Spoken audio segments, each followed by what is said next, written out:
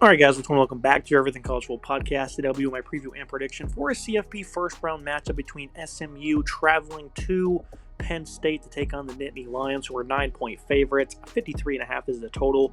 12 p.m. Eastern Time on TNT from Beaver Stadium in University Park. Getting things started with the SMU offense. Kevin Jennings, this is an offense that struggled early on in the year. Got to go for a bit of a 2 QB system between him and Preston Stone to see who would be the QB1. They eventually settled on Jennings, and it ended up being the right decision as he's coming off his first loss as a starter.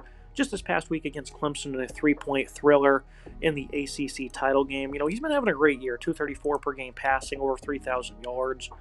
27 total touchdowns, 8 interceptions. He certainly hasn't been perfect. The game against Duke was probably the lone blemish you can think of. Other than that, he's been a pretty consistent passer. This is a guy that's been doing very well through the air.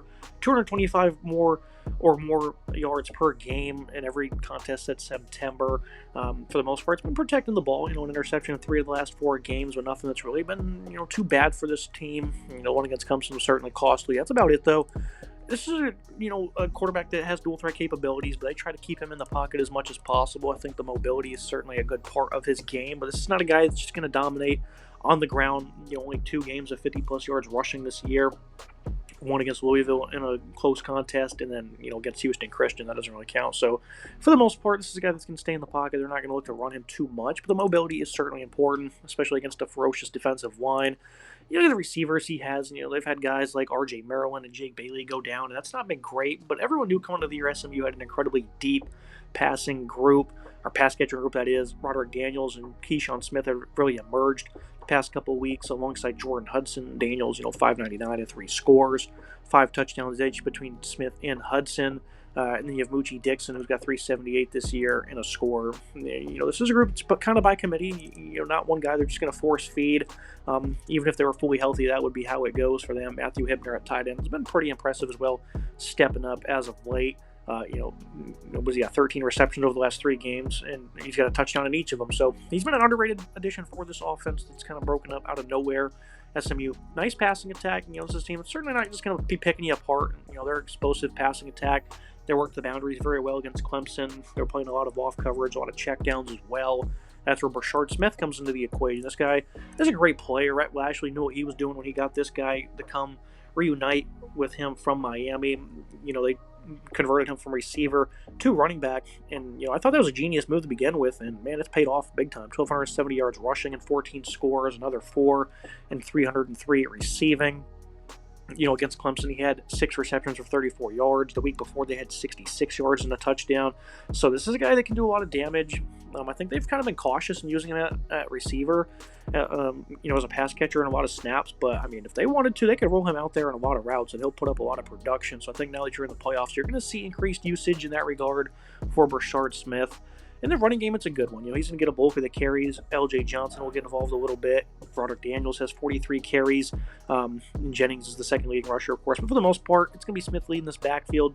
176 yards per game rushing. This is a good rushing attack. It's not a great one. Since the beginning of October, they only have 1 game of 200-plus rushing. And that was in that overtime game against Duke that they ended up escaping with a major victory that ended up, being big and getting them into the playoff. It's an efficient group, though. 4.5 yards per carry this year. Not great. They're not exactly overwhelming, but they're productive and they're very complimentary. They rarely hit 40 attempts per game. So this is a greatly balanced offense, one of the better in CFB. They do a great job of throwing the ball, running the ball, staying ahead of the sticks. This is a team that's 46% on third down. So it's an impressive offense from top to bottom. You look at an offensive line. That got better once they moved P.J. Williams over to left tackle full-time. This has been great for him, or right tackle, that is. He started the year at left tackle, but on the right side, he's been a bookend for them in pass protection. He's been really impressive. This is a guy that is a leader for them up front. Their left tackle position, though, still kind of in flux. Savion Byrd had a good game against Clemson, even though he gave up a sack. For the most part this year, he's just been abysmal in pass protection. It's been a real tough issue for him. Faces Abdul Carter in the CFP round 1, so it's not going to be pretty. Bird's a big liability for them at left tackle, at left guard. Logan Parr, this is a good pass blocker. Like what he does in that regard. Ja'Kai Clark, probably your best player at center, and right guard Justin Osborne. This is a very respectable offensive line top to bottom, the left tackle is a bit of an issue. And in terms of talent, they're probably not the strongest of groups compared to some of the players they'll be going up against on this defensive line. I thought they had a pretty good game against Clemson overall, though, and they managed that defensive front very well. It's one of the better ones in CFB. So good offensive line, very good interior, and if Bird's playing good at left tackle, that even adds more gold to the pot of what is a good offensive line. And overall, a pretty stout Mustangs offense led by Rhett Lashley and a great group of deep weapons. Move to a Penn State offense led by quarterback Drew Olari. This is a team that's putting up 33.6 points per game. He's been inconsistent, throughout times this year. 69% comp rate, 2,800 yards passing, 21 touchdowns, 7 picks. Has also added 6 touchdowns rushing and nearly 300 yards. You've seen him really put on some heaters, in the game against USC, West Virginia. He looked great in that one. It was solid against Oregon. Had 2 bad picks in that one. For the most part, this is a guy that's been able to make plays, though. I thought he was really good against Minnesota as well. This is a guy who has NFL-type talent, 235 pounds. He's got a big arm. Can he continue to be a field general? I think is the biggest problem. Really, they just don't have the abundance of weapons that they need to really compete for a national title. Tyler Warren, that was a great start in getting that accomplished. 88 receptions, over 1,000 yards, and 6 touchdowns. This guy's a do-it-all playmaker. They'll line him up all over the place. In the backfield as a runner, as a receiver, of course, when he's able to do. He's going to get a bulk of the production. He's going to get all of your targets. Harrison Wallace, he's had some good games this year, 638 yards and 4 touchdowns. Of course, that game against West Virginia was his only 100-yard game of the year. Stepped up and made some big plays against Oregon, 4 grabs for 59 and a big touchdown there. This is a guy that brings a good amount of speed to the table as well. Other than that, who are you looking to? Amari Evans, he's got almost 19 yards per catch, only 19 on the year, though. Liam Clifford's not really going to do much. Julian Fleming, we've kind of given up on him doing anything. The running backs, these guys have a combined 50-plus receptions. For the most part, though, it's going to be Warren and it's going to be Wallace, and, this is a team that's really going to be predicated on its rushing attack. But Aller, he's going to have to make plays through the air, throughout this CFP. Only about 25 attempts per game. They're going to put the ball in his hands. It's just hard for them to establish great consistency through the air, on the ground. This is a rushing attack that throughout the year had not been all that great. Against Ohio State, they're pretty much held in check. They ran it up on weaker opponents. The Illinois game was pretty impressive. That's a solid run defense there. They had some good games against Washington, Purdue, whatever, right? But what they did against Oregon was ridiculously impressive. 292 yards, running straight downhill at them, getting to the edge a good bit as well. These 2 running backs, Katron Allen and Nicholas Singleton, both have 800-plus yards and combined 13 touchdowns. Very identical numbers throughout the year for these guys. I didn't think the run game would do much at all. You can go back to our preview. I even put the running game will probably be ineffective against the Ducks, and they were very impressive. That's almost 300 yards. That's a phenomenal effort there, and you're hoping that can bleed over here against another great rushing attack, or run defense that is, in SMU. You have an offensive line that I thought was pretty good on the interior, and I thought throughout the year they've been good. Ola Iona at left guard has been really impressive.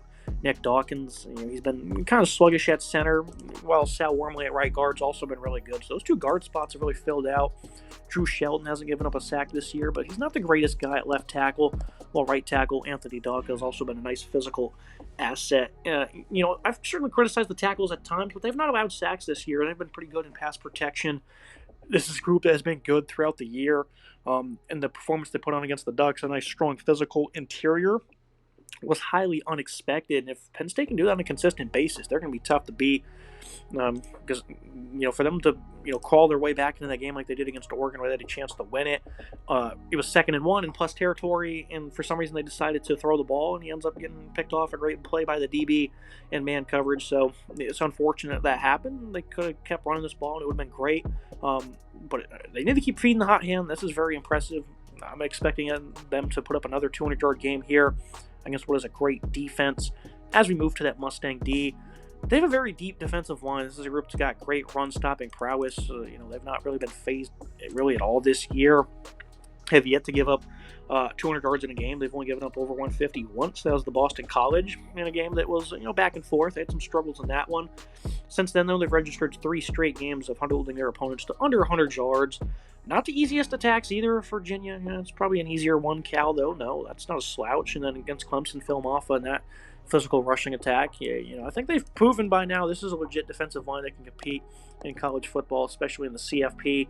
Jared Harrison-Hunte, a Miami transfer, him and Jafari Harvey, both coming over from Miami. They've been terrific this year, especially against the run. The best player here, though, is going to be Elijah Roberts off the edge. He's a great run stopper and a phenomenal pass rusher. This is a guy that was very productive a season ago, and he's doing that once more this year with 9 TFL, 5.5 sacks. Harvey leads the way, though, with 12 TFL and 7 sacks. Cameron Robertson, Isaiah Smith off the edge will play a good bit. Back on the interior, guys like Corey Robertson, Anthony Booker, Jonathan Jefferson, and then Mike Lockhart, a veteran. I mean, this is a great defensive line. You're 9 deep here. This is no slouch. I think this is one of the best D-lines in college football. People can say whatever they want, potential schedule, maybe being a little bit weaker, allowing them to tee off, whatever it is. This is a great defensive line. There's no argument to be had. They can stop the run. They have 40 sacks on the year, so they have a good pass rush. They're deep, they're nasty, they're versatile. This is a group that can certainly, make a run in the CFP. Great linebacking duo as well. These are two guys that are veterans. They were starters last year, and once again, they've been, fully healthy this year, making great plays, and it's going to be Kobe Wilson and Ahmad Walker. These guys are great against the run, been efficient tacklers, great coverage. These guys have seen a lot of football over the past couple years. Alexander Kilgore, also a pretty good player when he gets on the field as a number 3 backer. Against Penn State, looks like they're going to try to have a full-fledged rushing attack and just being able to be, in the right space in terms of positioning against these running backs. Tackling shouldn't be an issue for them.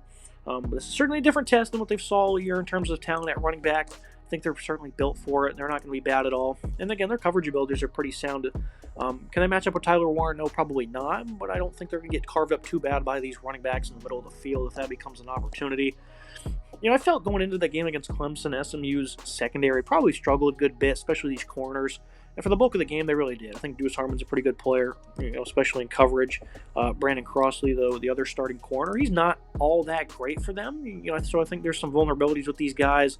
Again, it's not the deepest, greatest group in terms of receivers for Penn State. But these are going to be tough matchups considerably for them. They're not going to be easy by any means. The safeties for SMU are phenomenal. Look at Cale Sanders, Isaiah Nwagbia. He's going to be your best player. He's elite in coverage, has been very dominant against the run as well. I mean, this is a phenomenal safety group overall. Sanders will be your slot player. He's allowed a lot of receptions this year, and I think he's probably not going to do all that well if he's the one that draws the matchups with Warren, so it's certainly not ideal. Jonathan McGill, on the other hand, complements what is one of the top safety duos in the country. So he's been phenomenal in coverage as well. Run defense, not as polished as his teammate. Ahmad Moses, number 3 safety, he's also been really good in coverage. So, there's a lot of great safeties here, but in terms of corners, they're certainly vulnerable. How will these guys do against Tyler Warren? I think that remains to be seen. I think they'll do considerably well, but he's still going to eat at the end of the day because he's an elite player. Now you move to a Penn State defense that really isn't as elite as it probably should have been this year, giving up about 16.4 points per game. They've really teed off on the weaker opponents with the tougher offenses. Really had their way with them. Even Bowling Green did all the way back in week 2. USC, they played pretty well back in October. Ohio State, they kind of did their thing. If it wasn't for, the Penn State offense being held in check inside the 5-yard line twice, they probably would have won that game. Defense wasn't all that great, kind of got carved up against the run. The secondary, did what they could. But it was a pretty impressive game, but overall, they still gave up some big plays through the air. And again, they've just teed off against weaker opponents. They were not good against the run against Oregon. Gave up almost over 4 yards per carry in that one. 183 yards total. This is a defensive line I'm still a believer in, though, and I think they're incredibly deep, and I think they're really strong, big, and tough. We're just not seeing it on a consistent basis. Zane Durant, Devon J. Thomas, 2 guys on the defensive line. Vanover hasn't really had that great of a year at all. Smith Vilbert, Keziah Izzard, then Alonzo Ford. This is a nice, solid rotation, but I think this group is certainly not living up to the expectations I kind of had for them. Then Dennis Sutton, really expected him to emerge as an elite pass rusher, and he really hasn't. Only 4 sacks this year, 7 TFL. Abdul Carter, on the other hand, moved down from linebacking spot to a full-time edge, and he's been elite, 19.5 TFL in 10 sacks for him. He had 2 against Ohio State, none against Oregon, had 1 against USC. This guy's a complete game wrecker. Overall, though, this consistency has not really been seen from the pass rush, though. In the games against Oregon, Ohio State, and USC, they had 1 each against the Trojans and the Ducks, 3 against Ohio State. That was Donovan Jackson's first career start at left tackle, though. He's a guard. So that allowed them to have a little bit more success than they probably typically would in that matchup. Pass rush has just been quiet in these big-time matchups. Against Minnesota as well, they only had one sack. They're just not getting after the quarterback all that well. Carter certainly draws a favorable matchup at left tackle. That's about it, though. This is a defensive line. They need to play up to their potential, need to be a little bit more productive. They make some more big plays in the backfield. I know they have 91 TFL this year, but again, they kind of ran these up against weaker fronts. Good group here, though. They can pop off at any moment and be phenomenal in terms of just completely stonewalling you, and that might work out against SMU. You look in the middle of this defense, you got elite linebacker Kobe King. He's been great this year in all regards. Run defense coverage, if he's drawn assignments from Brashard Smith, I think he'll be able to handle those. Tony Rojas is also very good in coverage. He's just a poor tackler, not a very good run defender either, so that's certainly concerning. There's going to be two main guys. Dominic DeLuca will get on the field a good bit, not as athletic, but he is a veteran playmaker who's played a lot of football. You move to your secondary. This is a corner group, certainly. The jury's still kind of out on them. Elliott Washington, Jalen Kimber, A.J. Harris, he's having a great year. He's kind of proven his worth at this moment. But those two are probably going to be more weaknesses for you. I thought against Ohio State, though, they defend the receivers quite well in man for the most part. But against USC, they had some bigger issues in that one. Slot is certainly going to be an issue.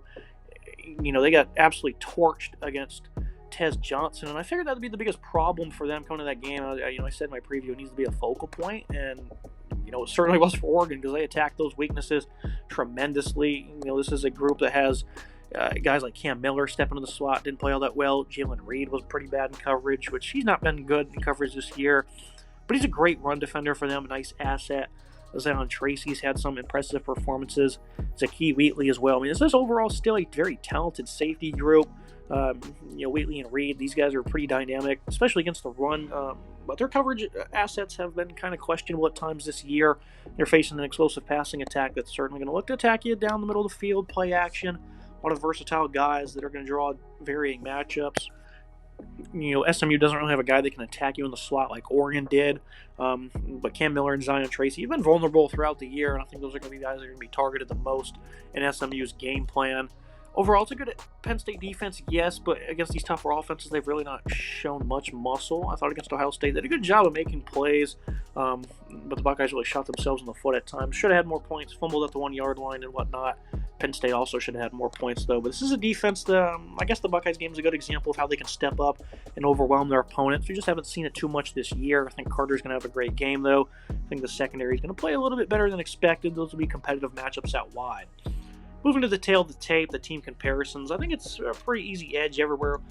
I'll give quarterback even, at running back, offensive line, and then 2 spots on the defense will be given to the Nittany Lions. I think even for defensive lines, I think SMU is a very underrated unit. No one's talking about it. It's a great unit. It's not a fluke one bit. SMU, they're better at wide receiver, much deeper. Even though they don't have a guy like Tyler Warren, who's flat-out elite, Penn State's not very deep compared to how SMU has a variety of different weapons, including a running back who can line up out wide and make plays. Moving to the final thoughts and the prediction for this game. For SMU, just continue to have a balanced offensive approach. Don't start like you did against Clemson where you're down big early in that one, having to claw back into it.